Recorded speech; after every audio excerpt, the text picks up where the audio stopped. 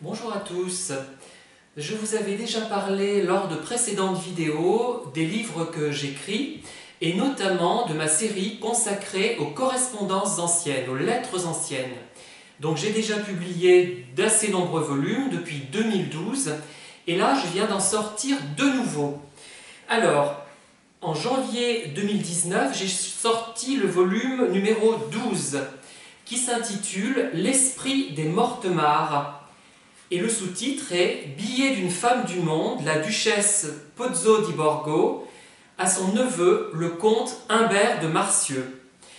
Alors, cet ouvrage donc s'appuie sur 4 correspondances que la duchesse Pozzo di Borgo a écrites donc à Humbert de Marcieux, son neveu. Alors, la duchesse Pozzo di Borgo, c'est Louise Victurnienne Valentine des Balbes de Berton de Crillon. Alors, vous savez peut-être que j'avais déjà mis cette duchesse en scène dans 3 grosses nouvelles que j'ai écrites respectivement en 2012, 2014 et 2018. En 2012, j'avais écrit L'inconnu du cimetière Saint-Hilaire. J'étais allé en Lorraine avec un ami. Plus exactement, cet ami habitait Bar-le-Duc et nous sommes allés nous promener, nous sommes allés visiter un cimetière absolument somptueux, le cimetière de Marville, qui contient des chefs-d'œuvre de sculpture et qui remonte au XVIe siècle. Donc ce cimetière est toujours en activité, si je puis dire, et donc j'avais élaboré une intrigue qui tenait compte de la ville de Bar-le-Duc, mais aussi de Marville, donc l'inconnu du cimetière Saint-Hilaire. Et le personnage principal, c'était la duchesse Valentine Pozzo di Borgo. Alors, déjà, il faut savoir que je possède de nombreuses lettres de duc, de comte, de marquis, de duchesse, de princesse même. Donc, ce n'est pas quelque chose de rare. Et si j'ai choisi ce nom de duchesse Valentine Pozzo di Borgo, ce n'est pas lié au prestige du titre, puisque j'aurais pu en choisir un autre. Alors, en me promenant dans ce cimetière, je suis par hasard tombé sur une épitaphe qui concernait la famille Pozzo di Borgo, c'est-à-dire que des membres de cette famille étaient enterrés dans ce cimetière. Donc, la coïncidence, je pense, est assez intéressante et amusante pour quelqu'un qui s'intéresse à des écrits fantastiques et qui s'intéresse à la vie après la vie, à l'au-delà. Voilà. Ensuite, j'ai utilisé le même personnage de la duchesse Pozzo di Borgo dans Le Lac étincelant, qui m'a d'ailleurs valu un prix littéraire, le prix fantastique du cercle littéraire Catherine de Médicis. Et je l'ai utilisé enfin en 2018 dans L'homme qui n'existait pas. Dans tous les cas, cette Valentine Pozzo di Borgo, je l'avais vue sous les traits d'une superbe et jeune italienne aux très longs cheveux bruns.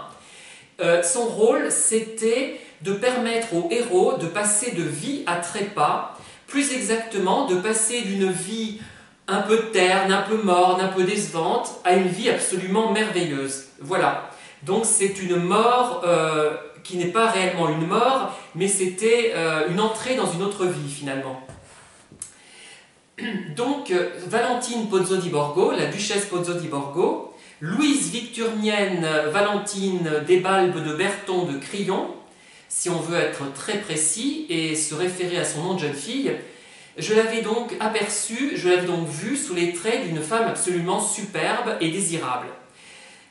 Voilà, je m'étais en fait basé sur mon imagination et ensuite, en faisant des recherches, aidé d'ailleurs par mon témoin de mariage et historien Gérard Tabary, qui a participé au volume, qui ne s'est pas contenté cette fois de le relire, j'ai donc découvert le vrai personnage. Bon, avec les limites de ma recherche, puisque c'est un opuscule qui fait seulement 94 pages. Alors, donc, après avoir introduit ces lettres, je les ai scannées et je les ai reproduites dans le volume lui-même, puisque je pars du principe qu'on ne sait jamais, à ma mort, tous ces documents peuvent être égarés, perdus, voire détruits. Donc là, au moins, ils resteront à la Bibliothèque nationale de France. Et je les ai ensuite recopiés. Ensuite, j'ai consacré un paragraphe à la famille de la duchesse, enfin plusieurs paragraphes même, la branche paternelle, les 2 balbes de Berton de Crillon. Ensuite, j'ai traité la branche maternelle, les 2 Rochechouart et les 2 Rochechouart-Mortemart. Alors, dans les 2 Rochechouart-Mortemart, vous avez une personnalité dont vous avez certainement entendu parler. C'est une maîtresse, une favorite plus exactement de Louis XIV, la marquise de Montespan. Voilà. Donc, vous voyez, elle a d'illustres ancêtres. Ensuite, c'est mon co-auteur, Gérard Tabary, qui a traité un chapitre qui s'intitule « L'esprit des Mortemart ». C'est le passage sans doute le plus remarquable du livre, puisqu'il en a déduit, Gérard Tabary, de mon propos, que la duchesse Pozzo di Borgo, qui était une femme du monde, du Faubourg Saint-Germain, et qui recevait pas mal de gens instruits, avait la capacité, avait cet esprit de Mortemart, c'est-à-dire la capacité de mettre les autres en valeur, de s'effacer devant les autres, d'effacer son esprit devant les autres finalement, et elle avait sans doute, d'après lui, l'humour si typique des Mortemart. Voilà. Et il se réfère, Gérard Tabary, à 2 de ses ancêtres, que vous découvrirez si vous lisez ce livre. Après, j'ai traité les familles apparentées, hein, j'ai juste fait la liste de ces familles. J'ai parlé des parents de la duchesse, de sa fratrie, de la duchesse elle-même, hein, mais j'ai retenu peu d'éléments, malheureusement. J'ai trouvé peu d'éléments, plus exactement. Il est étonnant, et j'en reviens toujours à cela, que des gens aussi célèbres en leur temps, aussi riches finalement, aussi connus, aient été à ce point oubliés. Et vraiment, c'est quelque chose qui me semble essentiel. Et pourquoi j'écris, pourquoi je publie ces lettres, c'est à cause de cela, vraiment. C'est quelque chose de vraiment préoccupant. D'un autre côté, me direz-vous, on ne peut pas mémoriser tout le monde, garder tout le monde en mémoire. Notre mémoire a des capacités limitées. Ensuite, j'ai parlé de l'époux de la duchesse Pozzo di Borgo, de ses propriétés et de son œuvre, puisqu'il a fait des choses intéressantes.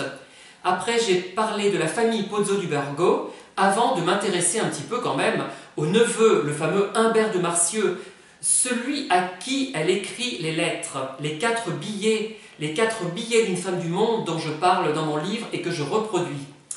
Je parle de la famille Aimée de Marcieux, bien évidemment. Ensuite, j'évoque quelques personnalités dont il est question dans les lettres, hein. La duchesse, elle fait allusion à une remise, non pas une remise des gens d'honneur, je me trompe, je confonds, à l'entrée d'un éminent auteur, éminent ministre également, un ministre éminent de l'instruction publique qui entre à l'Académie française, et patronné par l'évêque d'Autun, c'est-à-dire Adolphe-Louis Albert Perrault, dont je parle également brièvement. Et ce ministre absolument extraordinaire, selon moi, qui a vraiment fait beaucoup pour l'enseignement professionnel et pour l'enseignement secondaire des femmes, et pour l'enseignement en général, même on doit dire, hein, c'est Victor Duruy. J'aurai l'occasion d'en reparler dans d'autres livres, parce que je vais lui consacrer au moins un livre. J'ai d'ailleurs acheté des lettres de ce ministre, elles ne sont pas très chères, et c'est inquiétant que quelqu'un d'aussi intéressant se vende à 5 ou 10 euros. Voilà. Et ce sont pourtant des pièces authentiques. Pourquoi? Parce que, si vous voulez, on en a la preuve, on reconnaît l'écriture, ce ne sont pas des copies, et d'autre part, il faut savoir que les gens à cette époque, c'est ce qui explique aussi leur bas prix, hein, écrivaient énormément, beaucoup plus que nous, et nous envoyons beaucoup de mails, il faut dire maintenant, hein, le timbre est devenu trop cher. Alors, je parle donc de ces conceptions pédagogiques, et je fais allusion à une femme absolument étonnante, qui a été la fondatrice de l'école maternelle, c'est Marie Pape Carpentier. C'est quelqu'un vraiment d'étonnant, d'intéressant, très intéressant, et j'aurais aimé aussi lui consacrer un livre, car elle le mérite. Et donc, à la fin de mon ouvrage, je fais une assez brève allusion à l'évêque d'Autun, dont j'ai déjà parlé. Et donc, pour moi, cette duchesse réelle et celle de mes grosses nouvelles, finalement, elles se rejoignent. Parce que toutes les deux, celle de mes livres et celle de la réalité, finalement, ont permis aux autres de s'exprimer. Elles se sont effacées devant les autres, elles se sont effacées devant elles-mêmes, devant leur caste. Plus exactement, elles ont servi leur caste, la vraie, et l'autre sert l'humanité en aidant les personnes qui sont sur Terre à passer dans un autre monde beaucoup plus intéressant, beaucoup plus merveilleux que le monde dans lequel ils se trouvent. Voilà, je vous ai présenté cet ouvrage, je vous remercie de m'avoir écouté et je vous dis à très bientôt pour un autre volume. À bientôt, au revoir.